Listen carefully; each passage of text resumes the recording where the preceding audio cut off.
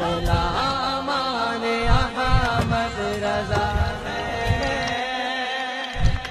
کوئی بھی ہم سے جیتا نہیں ہے۔ بسم اللہ الرحمن الرحیم۔ میں مولانا عبدل مصطفیٰ صدیقی حشمتی قاضی شرع رودولی شریف و بارہ بنکی آپ سے مخاطب ہوں۔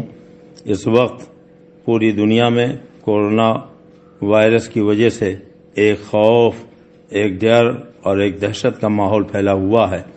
یہ بیماری ایک ایسی مہلک بیماری ہے کہ جس کا ابھی تک کوئی مناسب علاج دریافت نہیں کیا جا سکا ہے۔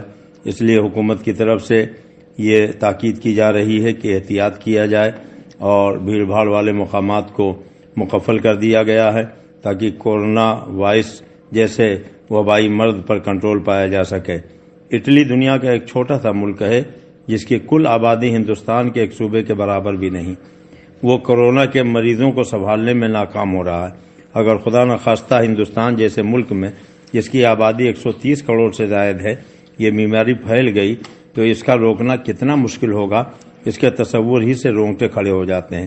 اس لیے ملک کے ہر شخص سے گزارش ہے کہ حکومت کے بتائے ہوئے ہدایات پر عمل کریں تاکہ اس وبائی مرض سے وطن عزیز ہندوستان کو محفوظ رکھا جا سکے۔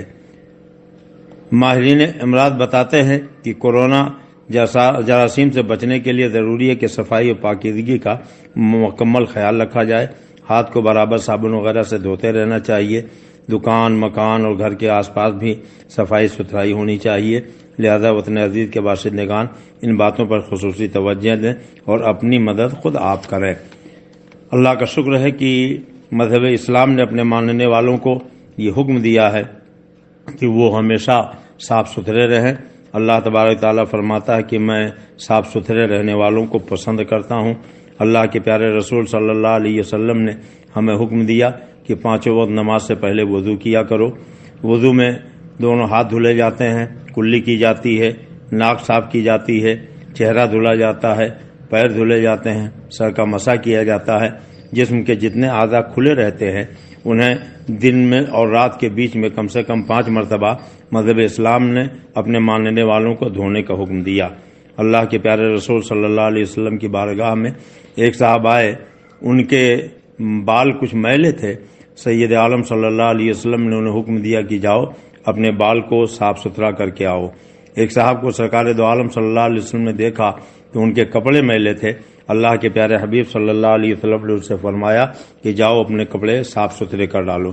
اس سے پتہ چلا کہ ہمارے آقا و مولا نے بھی ہمیں یہ حکم دیا کہ ہمیشہ صاف ستھرا رہو۔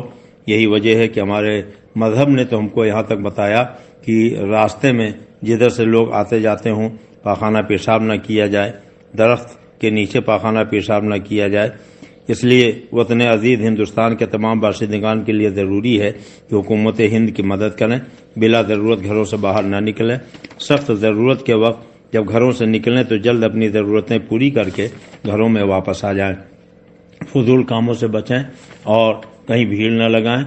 بلا وجہ شرعی نماز پنجگانہ کی جماعت چھوڑنا سخت گناہ ہے، لیکن ایسے موقع پر کہ جب یہ مرض ایک ساتھ لوگوں کے اکٹھا ہونے سے بڑی تیزی کے ساتھ بڑھتا جا رہا ہے تو حکومت کی طرف سے پابندی عائد کی گئی ہے، تو 5 وقت کی نمازیں مسجدوں کے بجائے گھروں میں بھی اگر چاہیں تو 2-3 لوگ گھر کے جماعت قائم کر کے نماز ادا کر سکتے ہیں۔ البتہ مسجدوں کو ویران نہ کیا جائے، امام مؤذن اور چند لوگ مل کر مسجد کو آباد رکھیں، وہاں باجماعت نماز پڑھیں۔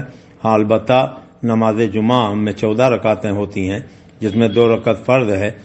12 رکعتیں تو گھر میں پڑھی جا سکتی ہیں، مگر 2 فرض جمعہ کی نماز جو ہے وہ مسجد کے علاوہ اور کہیں ادا نہیں ہوگی، اس لیے مسجد ہی میں وہ جمعہ کی فرض نمازیں 2 رکعت کی پڑھنا چاہیے۔ اس لیے حکومت سے بھی ہماری گزارش ہے کہ مشکل سے 5 منٹ کا وقت فرض نماز کی ادائیگی میں لگے گا، اس لیے اتنی مہلت دیں کہ لوگ صفائی کے ساتھ اور احتیاط کے ساتھ اپنے گھروں سے وضو کر کے مسجد میں 5 منٹ کے لیے آئیں اور 1 منٹ کا خطبہ ہو اور 3 منٹ کے اندر 2 رکعت نماز پڑھ لی جائے اور اس کے بعد پھر دوبارہ اپنے گھروں کو واپس چلے جائیں۔ اس سے جو مسلمانوں کے اوپر جمعہ کی نماز پڑھنا فرض ہے وہ فرض چھوٹنے نہیں پائے گا، اور اگر اس پر پابندی عائد کی گئی تو گھروں میں چونکہ جمعہ کی نماز ہو ہی نہیں سکتی ہے، اس لیے یہ فرض نماز مسلمانوں کی چھوٹ جائے گی۔ ہمیں امید ہے کہ ہمارے حکومت کے لوگ اس پر بھی غور کریں گے اور کوشش یہ کریں گے کہ جمعہ کے دن 5 منٹ کے لیے مسجد میں جمعہ کی نماز پڑھنے کے لیے اجازت دیں۔ میں پھر ایک مرتبہ اپنے ملک کے سارے ہندو، مسلمان، سکھ، عیسائی، ہر دھرم کے لوگوں سے یہ گزارش کروں گا کہ حکومت کا تعاون کریں اور بلا وجہ ادھر ادھر پکنک منانے کے لیے نہ نکلیں۔ سخت ضرورت کے تحت اگر کوئی کام ہو تو نکلیں، ورنہ اپنے گھروں میں رہیں۔ السلام علیکم۔